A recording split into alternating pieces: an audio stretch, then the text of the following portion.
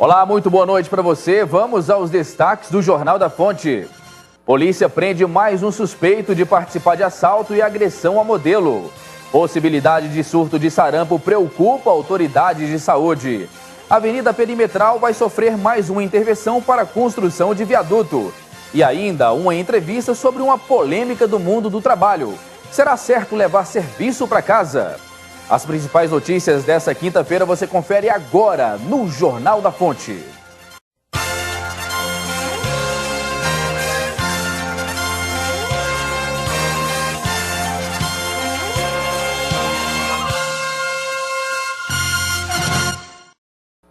Mais polêmica envolvendo o transporte público da região metropolitana. O projeto que passa para o comando da Câmara Deliberativa do Transporte Coletivo do Estado para a Prefeitura foi debatido na Assembleia Legislativa. A matéria, que deve ser votada em plenário nos próximos dias, divide a opinião dos deputados. A reunião foi realizada a portas fechadas do gabinete da presidência da Assembleia Legislativa. O objetivo do encontro foi discutir detalhes de um projeto de lei que foi encaminhado na semana passada pelo governador Marconi Perillo à Casa, que propõe a transferência do comando da Câmara Deliberativa do Transporte Coletivo, a CDTC, que atualmente está a cargo do Estado, para a Prefeitura de Goiânia. O Estado continua participando da Câmara, com representantes, com direito a voto, enfim. Não é só a transferência da presidência que vai fazer a diferença. O que vai fazer a diferença no transporte coletivo são programas, de fato, que atendam a população. O deputado Luiz César Bueno, do PT, que também participou da reunião, não concorda com a possibilidade da Prefeitura de Goiânia ficar à frente da CDTC. O município de Goiânia não tem condições de ordenar o sistema de transporte lá no município de Senador Canedo ou de Trindade ou de Aparecida. Quem tem que fazer isso é o Estado, que é o responsável pelo ordenamento metropolitano, tanto do aglomerado metropolitano da região do Distrito Federal, quanto do ordenamento metropolitano do entorno de Goiânia, que é a competência do Estado, a articulação entre municípios. Em momento algum, o Estado está saindo do processo. O Estado, ele continua representado pelo presidente da GR e vai estar representado por mim. Isso para dar uma conotação clara que não há nenhum prejuízo da ida do prefeito, da prefeitura de uma capital, certo? Assumiram a presidência da CDTC. O projeto de lei já está sendo apreciado pela Comissão Mista da Assembleia Legislativa e deve seguir para a votação na próxima semana. A possibilidade de um surto de sarampo preocupa autoridades de saúde. A proximidade da Copa do Mundo, que vai atrair turistas, é o principal motivo. São esperados para a Copa do Mundo no Brasil cerca de 500 mil estrangeiros, mas o que representa uma festa para o turismo também preocupa as autoridades de saúde. Foi identificado o risco de um surto de sarampo que pode ser trazido pelos estrangeiros. Praticamente toda a Europa tem transmissão de sarampo. No ano passado houve um surto da doença na Inglaterra e há 2 anos foram confirmados surtos na França. Devido ao risco da chegada de estrangeiros com o vírus durante a Copa do Mundo, o Ministério da Saúde recomendou a vacinação das categorias profissionais que têm maior contato com os turistas. Aquelas profissões que trabalham na rede hoteleiros, taxistas, funcionários de aeroporto, sejam vacinados e imunizados até 10 dias antes do início do evento, No Brasil, a doença foi erradicada, mas há casos do sarampo importado, aquele trazido pelos estrangeiros. Em 2013, no estado do Pernambuco, foram 171 casos da doença. Este ano já são 19, sendo 8 em Pernambuco e 11 no Ceará. Em Goiás, não são notificados casos da doença desde 1999.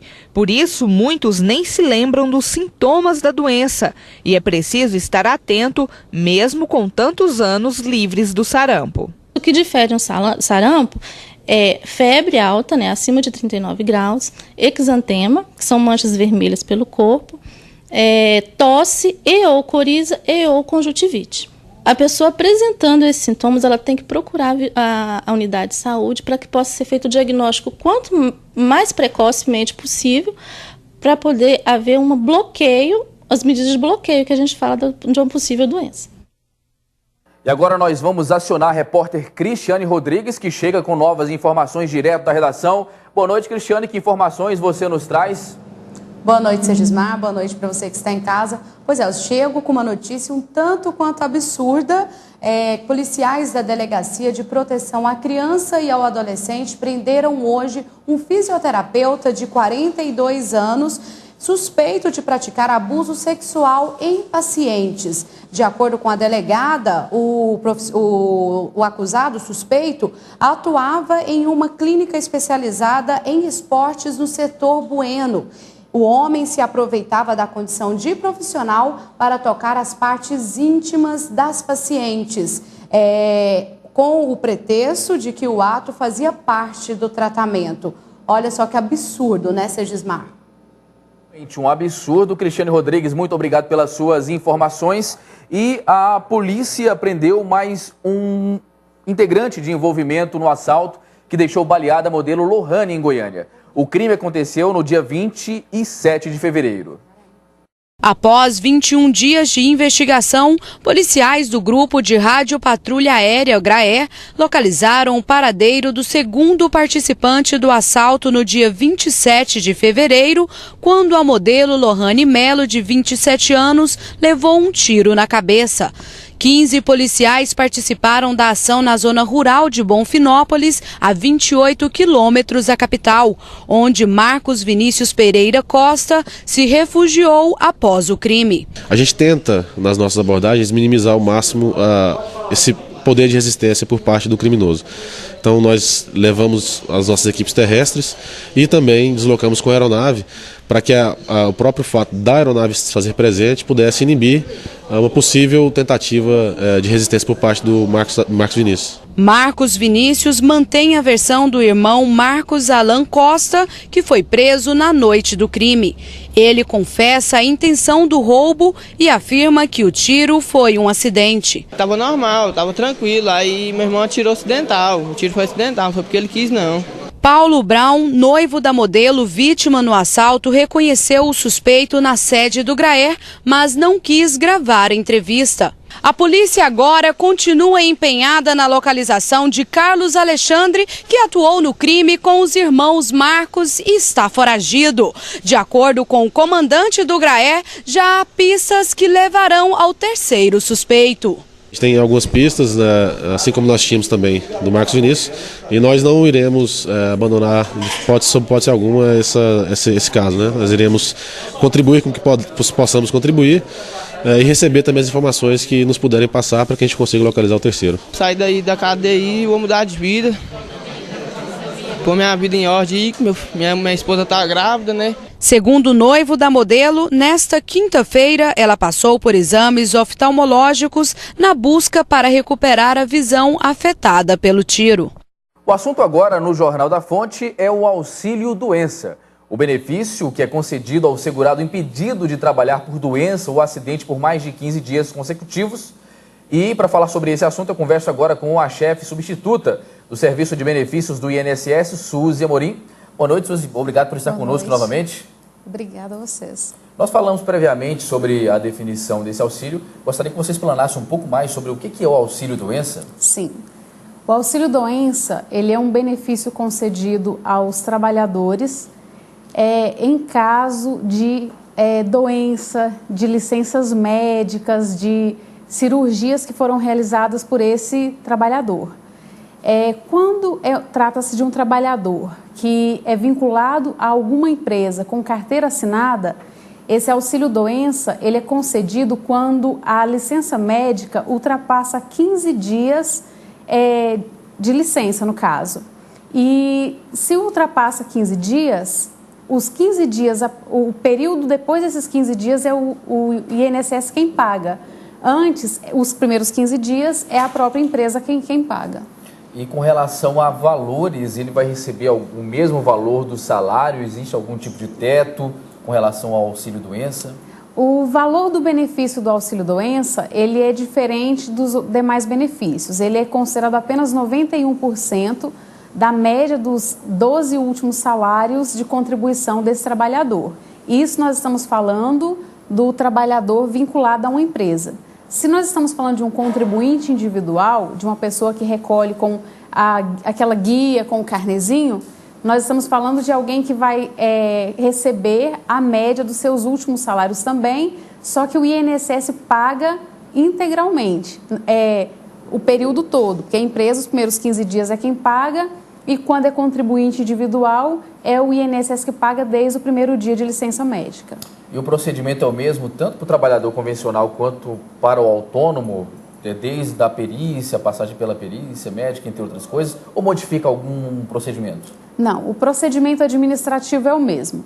Basta agendar pelo 135 ou então pelo site da Previdência Social, o seu auxílio-doença, e no dia e hora marcados comparecer à agência escolhida do INSS, portando cópia e original dos documentos pessoais, levando a carteira de trabalho quando é admitido por empresa e levando as guias de recolhimento para o caso de alguma necessidade de averiguação. Um outro detalhe para os trabalhadores vinculados à empresa é levar o documento com a data do último dia de trabalho, porque esse dado é necessário para verificar a partir de qual dia que o INSS irá pagar, no caso, o 16º dia em diante. Além do fato da pessoa estar apta, estar curada da doença, estar apta a voltar a trabalhar, existem algumas causas, do trabalhador deixar de receber o auxílio-doença, até por culpa dele? Olha, essa questão dele deixar de receber é o caso de repente, já estar no banco os valores do benefício e passar mais de 60 dias sem ele receber. Então, ele fica sem receber, depois tem que retornar ao INSS para que o INSS verifique o motivo do não recebimento e faça novamente o pagamento daqueles valores. Agora fica muito complicado para o INSS fazer fiscalização de tantos trabalhadores que usufruem desse benefício e que de repente podem estar trabalhando aí de uma maneira não registrada na carteira de trabalho. Se isso for constatado, ele perde também, né? No caso de auxílio-doença, não. Ele pode trabalhar com outra coisa? Não tem como não tem como fazer essa fiscalização, mas também não existe uma questão que restringe. O caso de restrição se adequa à aposentadoria por invalidez. Se a pessoa tinha um auxílio-doença, o médico perito sugeriu a aposentadoria por invalidez e a partir do momento que ele recebe, ele volta a trabalhar estando recebendo a aposentadoria e isso for descoberto por denúncia que seja ou pelo próprio sistema do INSS que demonstra esse vínculo, ele passa a não ter direito à aposentadoria por invalidez. No caso do auxílio-doença, o que muda é o seguinte: o trabalhador está portando uma determinada doença, fez uma cirurgia, sofreu algum acidente e ele passa a requerer esse benefício. O médico perito não necessariamente vai estipular o mesmo tempo de licença que o médico assistente desse trabalhador. Então, se o médico perito diz que para um determinado evento essa pessoa tem direito a 60 dias e ela trabalha informalmente, não há a menor possibilidade de averiguação. Até porque o auxílio-doença, ele tem um período restrito. Quando ele é um período que se estende a mais de 2 anos, o INSS faz revisões de 2 em 2 anos para verificar se houve a reabilitação desse trabalhador. E também para as pessoas portadoras de alguma doença que se estende por mais de 2 anos, há também no INSS uma unidade de reabilitação profissional. De repente, esse trabalhador sofreu algum acidente, alguma doença que incapacita ele para o trabalho que ele exerce atualmente. Porém, se reabilitado, ele pode passar a exercer outra atividade e ingressar novamente no mercado de trabalho. Bom, o assunto de hoje foi o auxílio-doença. Esteve conosco Suzy Amorim, representando o INSS. Suzy, muito obrigado pelas informações, pelos esclarecimentos. Boa noite. Boa noite. A Polícia Militar realiza desde a tarde de ontem a Operação Fecha Goiânia. A ação conta com mais de 250 policiais da capital.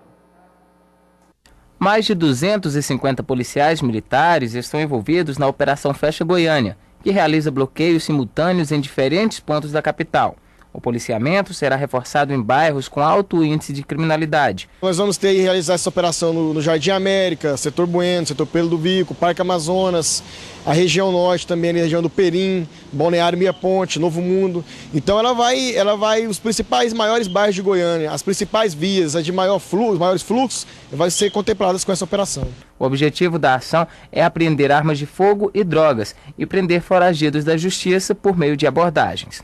Nesta quarta-feira, a PM formou 4 bloqueios na Avenida T63, enquanto outras equipes da corporação também bloquearam outras ruas e avenidas de Goiânia. Motociclistas, taxistas e até mesmo passageiros de ônibus foram abordados pelos policiais. Essa operação ela tem um objetivo como um todo de trazer segurança ao comerciante, ao morador, à pessoa que transita pelas principais vias da capital. No mundo que nós estamos vivendo, a criminalidade está muito alta. E é bom para o cidadão de bem, né? Eu acho bom, né? Segurança, né? Quanto mais segurança pra gente é melhor, né? A operação ela passa segurança pra gente, né? Um dos critérios que eu fui embora para Santa Catarina, devido a isso, a violência tem aumentado muito em Goiânia. No primeiro dia da Operação Fecha Goiânia, a Polícia Militar conseguiu desmontar um laboratório de refino de cocaína, que funcionava em uma residência no Jardim Colorado, região noroeste da capital. No local, foi encontrado 40 quilos de barrilha e outros 3 da droga pronta para o consumo. E a Avenida Perimetral vai sofrer mais uma intervenção.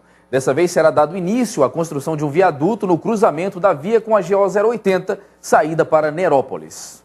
Os motoristas que transitam entre a GO 080 no perímetro urbano de Goiânia e pela Avenida Perimetral Norte deverão ficar atentos com as alterações que ocorrerão no trânsito da região. É que no mês de abril começam as obras de construção de um viaduto no local, visando desafogar o grande tráfego de veículos que diariamente passam pela região. Por aqui trafegam as cargas que passam pelo Centro-Oeste. As cargas que vêm do norte do Brasil, todas passam por aqui até com destino a São Paulo, que é mais rápido e mais curto o trajeto, passar por Goiânia, usando a perimetral e pegar a saída para São Paulo, por exemplo, do que ir lá por Anápolis.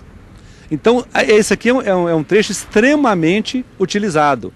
Diversos operários e máquinas da AGETOP trabalham na construção de desvios, que serão usados pelos motoristas durante os 8 meses em que o trecho passará por obras. A previsão é que as obras tenham início no dia 1º de abril. Com isso, esse trecho de 1,5 km da Avenida Perimetral Norte, que liga o Jardim Guanabara à GO 080, deverá ficar interditado e os motoristas deverão recorrer a rotas alternativas. Por isso que estamos construindo aqui à nossa esquerda essas 2 pistas de acesso que vão permitir o tráfego de quem vai no sentido Goiânia, Anápolis, Brasília, de uma forma bem tranquila. Estamos pavimentando o acesso, estamos melhorando ruas laterais que vão ser usadas de forma que esse fluxo flua naturalmente para lá.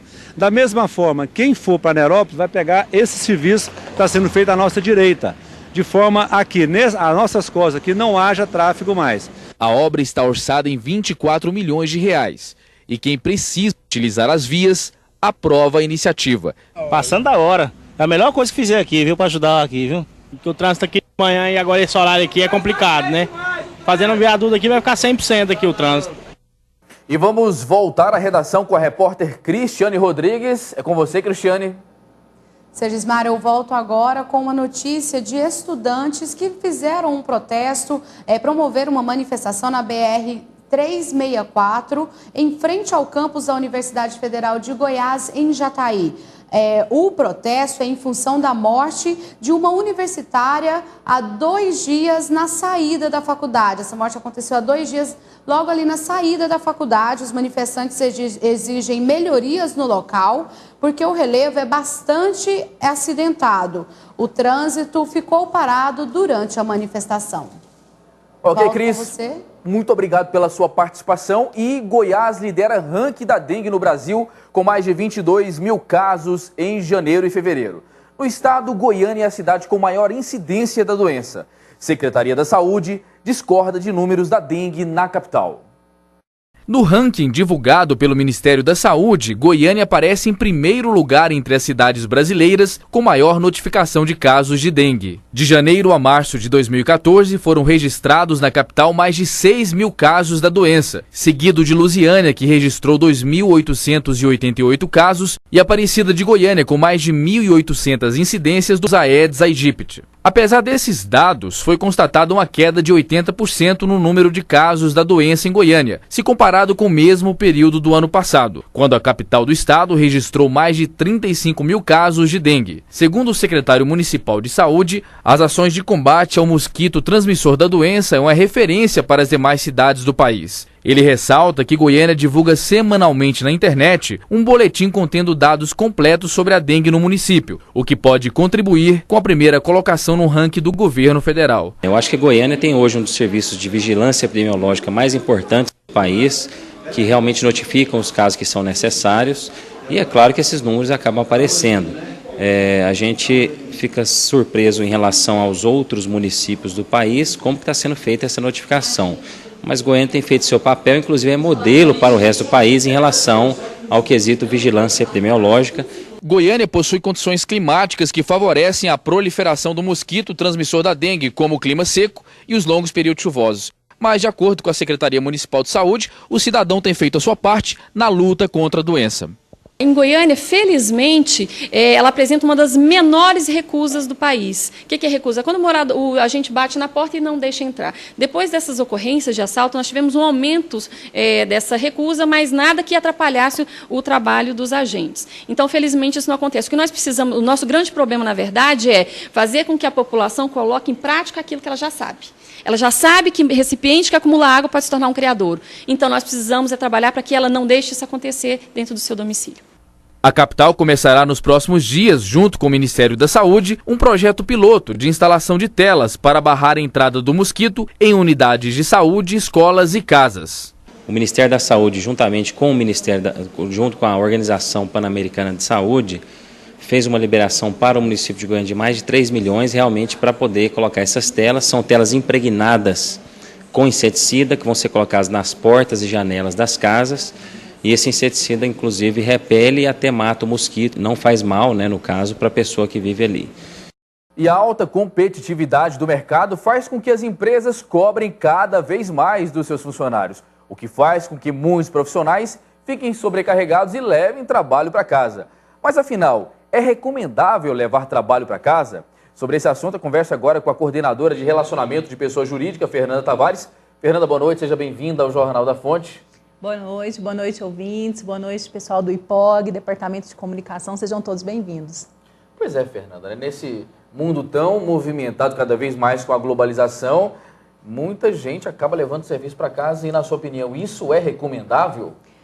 Depende. Hoje a gente tem várias modalidades de trabalho. Hoje nós temos o trabalho em formato home office, hoje nós temos também as empresas que disponibilizam tecnologias para que os colaboradores estejam à disposição da empresa. Hoje nós temos também aquele colaborador que precisa dar uma resposta para o cliente, que precisa dar um retorno e leva o trabalho para casa.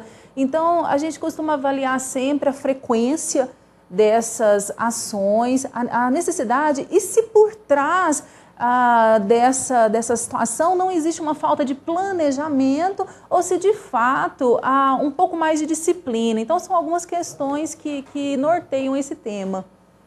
Agora, partindo do lado da legalidade, o empregado que tem um horário fixo, bate ponto, porque tem muita gente que tem cargo de confiança, tem muitas pessoas que são gerentes e acabam não tendo um horário fixo no trabalho. Exatamente. Aquelas que têm, Fernanda, se caso ficar levando trabalho para casa, ela pode ser punida pela empresa ou pode até entrar com ação contra a empresa? Olha, o que ocorre hoje no Brasil é o seguinte, a gente tem várias situações. Hoje a nossa classe média brasileira é uma classe média sacrificada financeiramente. Hoje a gente tem colaboradores que têm 2, 3 empregos no Brasil para manter a qualidade de vida, o padrão de vida dos seus familiares. Então, muitas vezes, sejam informais ou formais, esse colaborador ele leva trabalho para casa, ele está atento à resposta que ele precisa gerar para o cliente. A empresa, de alguma forma, supervisiona, também incentiva através das tecnologias, mas um dado muito interessante que uma pesquisa que foi realizada no Brasil apontou é que 45% dos brasileiros não se desligam do trabalho nem quando vão para casa. Então, olha só o desafio que o colaborador brasileiro hoje, que o trabalhador brasileiro também hoje tem dentro, da sua vida profissional. Pois é, Fernanda, e é possível equilibrar esse relacionamento de trabalho dentro do ambiente doméstico, na sua opinião? Exatamente.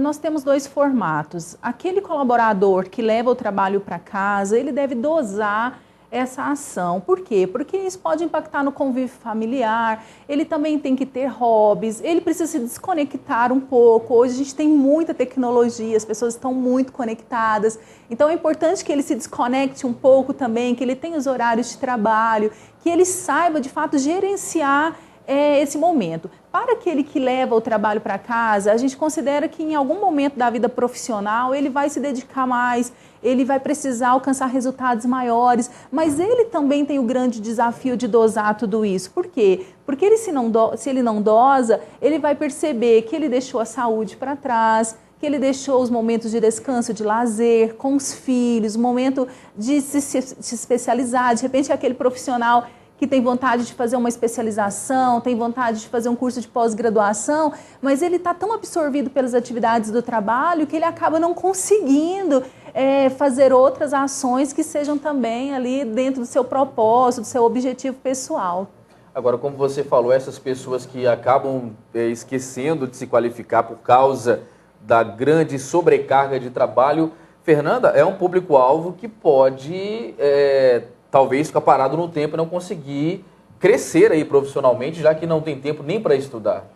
Com certeza, Segismar. E além disso, além da dificuldade de se especializar, além da dificuldade de se organizar pessoalmente, aquele trabalhador, por exemplo, que trabalha 18 horas por dia, 16 horas por dia, ele está mais vulnerável a ter um staff, a ter um distúrbio de ansiedade, a ter uma síndrome de burnout, a ter uma depressão, uma ansiedade generalizada. Por quê? Porque ele leva o trabalho para casa, ele precisa da informação em tempo real, ele não se desconecta. Então, isso acaba afetando todas as áreas da vida, né? O que a gente diz? A gente diz que hoje o profissional de alta performance é quem? É o profissional que consegue gerar um equilíbrio entre vida pessoal, vida profissional. Ele consegue ter alta performance porque ele cuida da saúde, porque ele tem tempo para se especializar, porque ele tenta se desoperacionalizar para se tornar mais estratégico nos estágios da sua carreira. Então,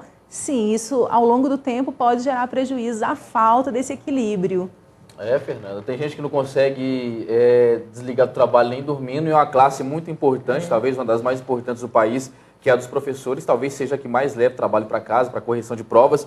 Eu agradeço a presença de Fernanda Tavares, coordenadora de relacionamento de pessoa jurídica, falando sobre a sobrecarga do trabalho. Muito obrigado pela participação, uma boa noite para você. Boa noite, Segismar, boa noite também a todos os ouvintes, boa noite, departamento do IPOG. E fica uma dica para todos vocês, né? Busquem o equilíbrio, a carreira profissional, a vida profissional é muito importante.